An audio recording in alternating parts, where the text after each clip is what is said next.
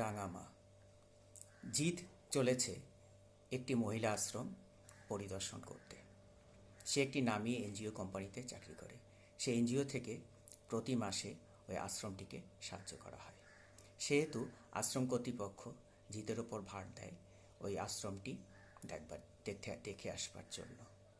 জিৎ গিয়ে আশ্রমটির সামনে নামে এবং আশ্রমে ঢুকে কর্তৃপক্ষের সঙ্গে কথা বলে সে প্রত্যেকটা ঘর পরিদর্শন করে এবং প্রত্যেকটি আবাসিক মহিলার সঙ্গে দেখা করে তাদের অভাব অভিযোগ শোনার চেষ্টা করে। হঠাৎ করে একটি মহিলার সামনে গিয়ে সে থমকে যায়। কার সঙ্গে যেন মুখের মিল রয়েছে, কিন্তু সে বুঝে উঠতে পারে না। তারপর সে গাড়িতে এসে বসে। তার মনে পড়ে যায় আগেকার কিছু ঘটনা। তখন সে খুব ছোট, বাস করত পলাশপুর নামে একটি গ্রামে। সেখানে সুজিতবাবু, সুজাতা দেবী এবং সে একটি বাড়িতে থাকতো। ঠিক তার পাশের বাড়িতেই থাকতো ননীবাবু এবং মালা দেবী। মালা দেবীকে পাড়ার সবাই রাঙাবাবু বলতো। তিনি দেখতেও যেমন সুন্দরী ছিলেন, স্বভাবেও খুব ভালো ছিলেন, কিন্তু তারা ছিল নিঃসন্তান।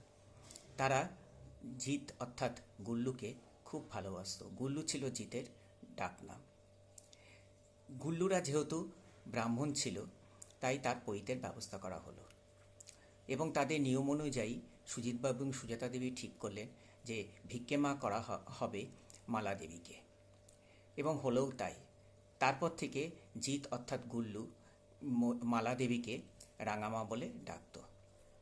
এর কিছুদিন পরে চাকরি সূত্রে সুজিতবাবুকে শহরে চলে আসতে হয় এবং তারপরে তাদের মালা দেবী এবং ননীবাবুর সঙ্গে যোগাযোগ কিছুটা হলেও বিচ্ছিন্ন হয়। কিছুদিন পর তারা শুনতে পায় ননীবাবু মারা গেছেন এবং তার ভাই তার সমস্ত সম্পত্তি নিজেদের নামে লিখে নিয়ে মালা দেবীকে বাড়ি থেকে বের করে দিয়েছে।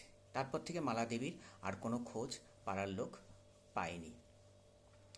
জিৎ সমস্ত কথা তার মা বাবাকে এসে জানায় যে মা, ওই মহিলার সঙ্গে রাঙামার মুখের খুব মিল আছে।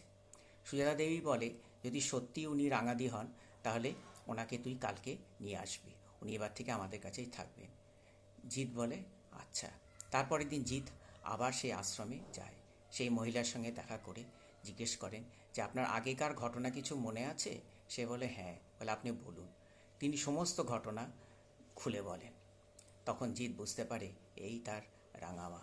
তিনি বলেন, রাঙামা, তুমি আমাকে চিনতে পারছো না? আমি তোমার গুল্লু। বলো, তুই গুল্লু? এত বড় হয়ে গেছিস? বলে হ্যাঁ। বলে আমি কর্তৃপক্ষের সঙ্গে কথা বলেছি, আমি তোমাকে আজকে এখান থেকে নিয়ে যাব, মা বাবা তোমার জন্য অপেক্ষা করছে। তারপর তিনি তার রাঙামাকে নিয়ে বাড়িতে আসে।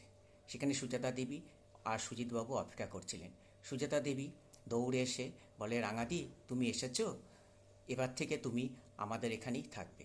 তারপর থেকে মালা দেবী অর্থাৎ রাঙামা তার গুল্লুর সাথেই বাস করতে লাগলো।